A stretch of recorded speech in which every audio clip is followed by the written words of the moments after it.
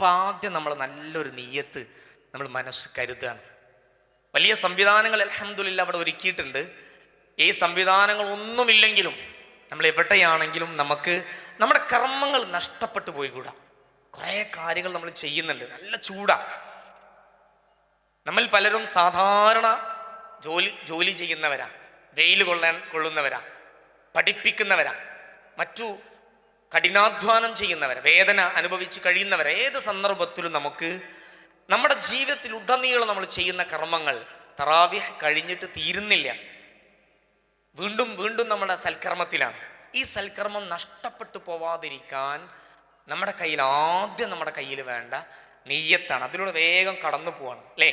അതിന് ആ നിയ്യത്ത് മാത്രമാണ്. അത് എൻ്റെ കർമ്മങ്ങൾ സ്വീകാര്യതക്കും അസ്വീകാര്യതയുടെയും ഒരു നൂൽപാലമാണെങ്കിലും വളരെ സുപ്രധാനമായ പങ്ക് വഹിക്കുന്ന ആ ഒരു നേർത്ത നൂൽപാലമായ നിയ്യത്ത് അത് കറക്റ്റായിരിക്കണം. ഏത് കർമ്മങ്ങളുടെ അടുത്താണെങ്കിലും അത് നമ്മൾ ആ രൂപത്തിൽ കറക്റ്റായി തന്നെ അത് മുന്നോട്ട് പോകണം. അപ്പോൾ മാത്രമേ നമുക്ക് അത് നഷ്ടപ്പെടാതെ നമ്മുടെ പക്കലുണ്ടാവുള്ളൂ. ഓക്കെ. അപ്പോൾ ഇമാം ബുഖാരി റഹ്മത്തുള്ളാഹി പറഞ്ഞ അദ്ദേഹത്തിൻ്റെ ആദ്യ ഹദീസ് സൂചിപ്പിച്ച പോലെ ഇന്നമൽ അഅ്മാലു ബിന്നിയ്യ, നിയ്യത്ത് കൊണ്ട് നമ്മളത് തുടങ്ങണം. അത് പറയുന്നൊരു സന്ദർഭം നമുക്കറിയാം. ഹിജ്റക്ക് പുറപ്പെടുകയാണ്. എല്ലാം നാടും വീടും കുടുംബവും ഒക്കെ മാറ്റി വെച്ചുകൊണ്ടുള്ള യാത്രയിലാണ് അവർ. ആ സമയത്ത് നിങ്ങൾ എന്ത് ഉദ്ദേശിക്കുന്നുവോ ആ യാത്രയുടെ ഒരു ചരിത്രം പറയുന്നുണ്ട്.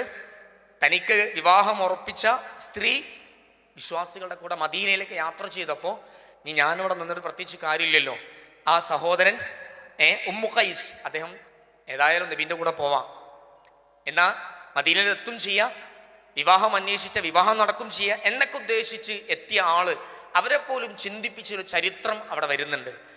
അപ്പം നമ്മളെ സംബന്ധിച്ചിടത്തോളം പ്രത്യേകിച്ച് നമ്മുടെ ഈ റമദാനിൽ നമ്മൾ ചെയ്യുന്ന ഓരോ തുടിപ്പുകളും ഓരോ ശ്വാസനിശ്വാസങ്ങളും ഇബാദത്താക്കി മാറ്റുവാനും നിസ്സാരമായ ഒരു ദിക്ർ മുതൽ അദ്കാറുകൾ മുതൽ എല്ലാം നമുക്ക് ആ രൂപത്തിൽ നമുക്ക് എന്ത് ചെയ്യണം, അതിൻ്റെ പുണ്യം നമുക്ക് ലഭ്യമാകണം എന്നുള്ളതാണ്.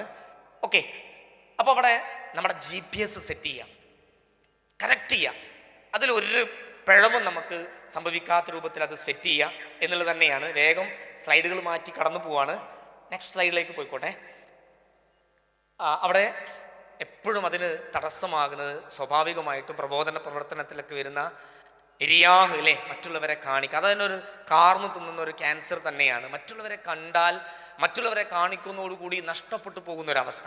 അതൊന്നും വരാതിരിക്കാനുള്ളൊരു സൂചനയും ശ്രദ്ധയും നമ്മളെ ഭാഗത്തു നിന്നുണ്ടാവണം. അതോടൊപ്പം തന്നെ നമുക്കറിയാം, നമ്മൾ നബി സല്ലല്ലാഹു അലൈഹി വസല്ലം വളരെ ഗൗരവത്തോടു കൂടി പറഞ്ഞൊരു ഹദീസ് ചുരുക്കി പറഞ്ഞു പോവാണ്. വിചാരണയ്ക്ക് വിധേയമാക്കപ്പെടുന്ന 3 പേരിൽ ഒന്നാമത്തെ ആൾ തൻ്റെ ജീവിതത്തിൻ്റെ യുവത്വ വേളയിൽ ജീവിതത്തെ തന്നെ മാറ്റിവെച്ചിട്ടുള്ള ഒരു മനുഷ്യൻ നാളെ റബ്ബിൻ്റെ കോടതിയിലെത്തുമ്പോൾ എന്തിനു വേണ്ടിയാണ് ചെലവഴിച്ചെന്നുള്ള ചോദ്യത്തിന് അദ്ദേഹം പറയുന്നുണ്ട്, റബ്ബേ, എൻ്റെ ഈ ആയുസ്സിൻ്റെ ഈ പ്രധാന ഭാഗം നിന്റെ ദീനിന് വേണ്ടി രക്തസാക്ഷിത്വത്തിനാണ്. രക്തസാക്ഷിയായ മനുഷ്യൻ്റെ സ്ഥാനം അത്ര വലുതാണ്. പക്ഷെ അള്ളാഹ് അവിടെ കെദിബ്ത എന്നാണ്, അവിടെ ഒരു അക്ഷരത്തെറ്റുണ്ട്, കെദിബ്ത എന്നാണ്. പച്ചക്കള്ളമാണ് നീ പറയുന്നത്, നീ എനിക്ക് വേണ്ടിയല്ല, നീ ആളുകൾ നല്ല അഭിപ്രായം പറയാൻ, ആളുകളുടെ കയ്യടി കിട്ടാൻ, അങ്ങനെ അദ്ദേഹത്തെ നരകത്തിലേക്ക് കൂട്ടിക്കൊണ്ടുപോകുന്ന ഹദീസിൻ്റെ ഒരു ഭാഗം. ഇതിൽ ഒരു യോദ്ധാവ് മാത്രമല്ല വലിയ ദാനധർമ്മം നിർവഹിക്കുന്നവനും അതേപോലെ തന്നെ ഇസ്ലാമികമായി പ്രബോധന പ്രവർത്തനത്തിൽ മുഴുകി ജീവിക്കുന്നവനുമൊക്കെ ജീവിതത്തിൻ്റെ ഏറ്റവും പ്രഭവ സമയങ്ങളൊക്കെ മാറ്റിവെച്ചിട്ട് അവസാനം എല്ലാം നഷ്ടപ്പെട്ട അവസ്ഥയിൽ എല്ലാം തനിക്ക് ലഭ്യമാവാതിരിക്കുന്ന സാഹചര്യം അവിടെ പഠിപ്പിച്ചു തരിക. വളരെ ഗൗരവത്തോടു കൂടി നമുക്കൊക്കെ സുപരിചിതമായ ഒരു ഹദീസായതുകൊണ്ട് അല്ലേ ആ ആളോട് പറയാണ്, കെദിബ്ത, പച്ചക്കള്ളമാണ് നീ പറഞ്ഞത്, നിന്റെ നീയത്ത് അതൊന്നും ആയിരുന്നില്ല, നീ ധർമ്മിഷ്ഠനാണെന്ന് ആളുകൾ പറയാനും നിന്റെ ക്ലാസ്സും ഖുതുബയും പ്രഭാഷണങ്ങളും എഴുതിയ നിന്റെ ബുക്കുമൊക്കെ ആളുകൾ ചർച്ച ചെയ്ത് നിന്നെക്കുറിച്ച് നല്ല അഭിപ്രായം പറയണം, സോഷ്യൽ മീഡിയയിൽ നല്ല കയ്യടി കിട്ടണം, ലൈക്ക് കിട്ടണം, ആ ഒരു രൂപത്തിൽ ഒരു ഫാനായി മാറണമെന്നുള്ളതായിരുന്നു നിന്റെ ലക്ഷ്യം എന്ന് പറഞ്ഞ് മടക്കി അയക്കപ്പെടുന്നൊരു സാഹചര്യം. അത് വരാതിരിക്കാൻ അമലുകൾ എന്ത് ചെയ്യാം, ഈ പറഞ്ഞ ഷെയറുകൾക്കോ ലൈക്കുകൾക്കോ സോഷ്യൽ മീഡിയകൾക്കോ ഒന്നുമല്ല, മറിച്ച് അത് അതിൻ്റെ ഉദ്ദേശം അള്ളാഹു അറിയുക, അള്ളാഹു കാണുക എന്നുള്ളത് മാത്രമാണ് എന്നുള്ളതാണ്. നെക്സ്റ്റ്. ഓക്കെ, അപ്പോൾ അവിടെ അത് വിചാരിച്ചിട്ടോ കഴിഞ്ഞ പ്രവർത്തനങ്ങളെ കുറിച്ച് നമ്മളൊക്കെ അള്ളാഹുവിൻ്റെ മുമ്പിൽ പ്രവർത്തിച്ചിടത്തൊക്കെയുള്ള പോരായ്മയും അല്ലെങ്കിൽ അവിടെ വന്ന വീഴ്ചയും ഓർത്ത് വിഷമിക്കുകയോ സങ്കടപ്പെടുകയോ മനസ്സിന് വലിയ മുറിവേൽക്കുകയോ ചെയ്യില്ല. പ്രതീക്ഷ കൈവിടാതെ അള്ളാഹുവിൻ്റെ പക്കൽ അതിലുള്ള സ്വീകാര്യതയ്ക്ക് വേണ്ടി നമുക്ക് പ്രവർത്തിക്കാം. ഇവിടുത്തെ ഏറ്റവും പ്രധാനപ്പെട്ട പോയിന്റ്, ആ പോയിന്റ് പറഞ്ഞ് ഞാൻ ഈ വിഷയം അവിടെ അവസാനിപ്പിക്കും. ഏറ്റവും പ്രധാനപ്പെട്ട പോയിന്റ്, നമ്മളിപ്പോൾ ഇവിടെ ഇന്ന് ഈ സദസ്സിൽ ഒരുമിച്ചിരുന്നൊരു നെയ്യത്തിലേക്ക് കടക്കുകയാണ്. എന്താ നെയ്യത്ത്? നമ്മുടെ നെയ്യത്ത് എന്താ? നമ്മുടെ കയ്യിൽ കിട്ടിയ സാധനങ്ങളൊക്കെ ഞാൻ നേരത്തെ പറഞ്ഞതിലേക്ക് വരികയാണ്. നമുക്ക് അത്യാവശ്യം എല്ലാ സൗകര്യവും ഇവിടെ ഒരുക്കിയിട്ടുണ്ട്. സത്യത്തിൽ നമ്മുടെ പ്രോഗ്രാം ഇവിടെ ആയിരുന്നില്ലല്ലോ. ഇവിടേക്ക് മാറ്റിയത് എന്തിനാ? എല്ലാവർക്കും ആ രൂപത്തിൽ വന്ന് ഏത് പ്രായം ചെന്നവർക്കും ഇരുന്ന് വളരെ സ്വസ്ഥമായി ഇരുന്ന് സമാധാനത്തോടു കൂടി മാക്സിമം സൗകര്യങ്ങൾ ഉപയോഗപ്പെടുത്തി അത് ഏറ്റവും നല്ല എഫക്റ്റീവ് ആവണമെന്ന അടിസ്ഥാനത്തിലാണ്. അങ്ങനെ വരുമ്പോൾ നമ്മൾ അത് നഷ്ടപ്പെട്ടു പോവാതിരിക്കാൻ ഇപ്പം നമ്മുടെ മുമ്പിൽ തുടക്കത്തിൽ തന്നെ ആ കർമ്മം തുടങ്ങുമ്പോൾ ഒരു 3 സ്റ്റെപ്പിലൂടെ കടന്നു പോവാം. എങ്ങനെയാണ് ആ നിയമം? ആദ്യത്തെ ഒരു 5 മിനിറ്റ് 1:5 ഉള്ളൊരു ചെറിയ നിയമം അവിടെ നമ്മൾ മനസ്സിൽ കുറിച്ച് വെക്കുക. ഇന്നു മുതൽ അങ്ങോട്ട് എപ്പോഴും. ഒന്നാമത്തെ എന്താ? നമ്മളൊരു കർമ്മം ചെയ്യുന്നതിന് മുമ്പേ ആദ്യ 5 സെക്കൻഡ് നിസ്കരിക്കാൻ പോവാം. നിസ്കരിക്കാൻ പോകുന്നതിന് മുമ്പുള്ള വുളു എടുക്കുന്നതിന് മുമ്പേ ഉള്ള 5 സെക്കൻഡ് എന്തിനു വേണ്ടിയാണ് ആ വുളു എടുക്കുന്നത്? എന്തിനു വേണ്ടിയാണ് ഈ തസ്കിയത്ത് സംഗമത്തിൽ ഞാനിവിടെ എഴുന്നേറ്റ് നിൽക്കുന്നത്? അതൊരു 5 സെക്കൻഡ് കൊണ്ട് കണ്ണുകൾ അടച്ചോ കണ്ണുകൾ അടക്കുകയോ അടക്കാതെയോ മനസ്സിലേക്ക് കൊടുക്കുക. എന്നിട്ട് മനസ്സിൽ ഉറപ്പിക്കുക എന്തിനു വേണ്ടിയാണ്.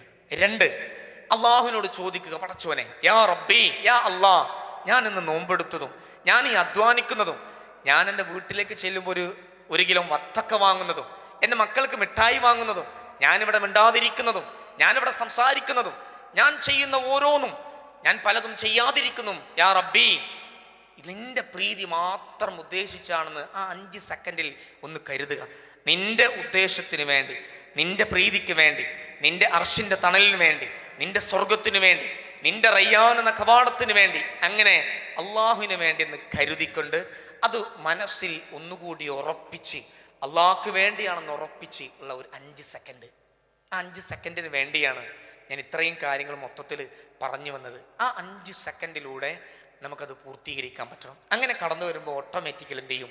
നമ്മുടെ പ്രായോഗികമായ വഴികളിലൂടെ അത് എന്ത് ചെയ്യും? സ്ഥിരപ്പെടുവാനും പിന്നെ തുടർന്ന് നമ്മുടെ പ്രവർത്തനങ്ങളിടയിൽ റബ്ബന തഖബ്ബൽ മിന്ന, ഇന്നത്തെ വൈകുന്നേരത്തെ സെഷൻ കഴിയുന്നതിന് മുമ്പേ പലവേള റബ്ബന തഖബ്ബൽ മിന്ന, ഓരോ സെഷനുകൾ ഇങ്ങനെ കഴിയുമ്പോഴും മനസ്സിൽ റബ്ബന തഖബ്ബൽ മിന്ന, പക്ഷെ ഞങ്ങൾ ഇത് കബൂൽ ചെയ്യണം നാഥ എന്ന് പ്രാർത്ഥിച്ചുകൊണ്ടിരിക്കുവാനും നമസ്കാര ശേഷം സലാം വീട്ടിയ ഉടനെ അസ്തഗ്ഫിറുല്ലാ അസ്തഗ്ഫിറുല്ലാ അസ്തഗ്ഫിറുല്ലാ എന്ന് പറയാൻ റസൂൽ സല്ലല്ലാഹു അലൈഹി വസല്ലം പഠിപ്പിച്ച പോലെ ഈ നമസ്കാരത്തിൽ പോലും ഉണ്ടായേക്കാവുന്ന പോരായ്മകൾ പുറത്തു തരണേന്ന് ആ കർമ്മത്തിന് ശേഷവും പ്രാർത്ഥിച്ചുകൊണ്ട് അതിനുറപ്പിക്കാൻ നമുക്ക് സാധിക്കണം.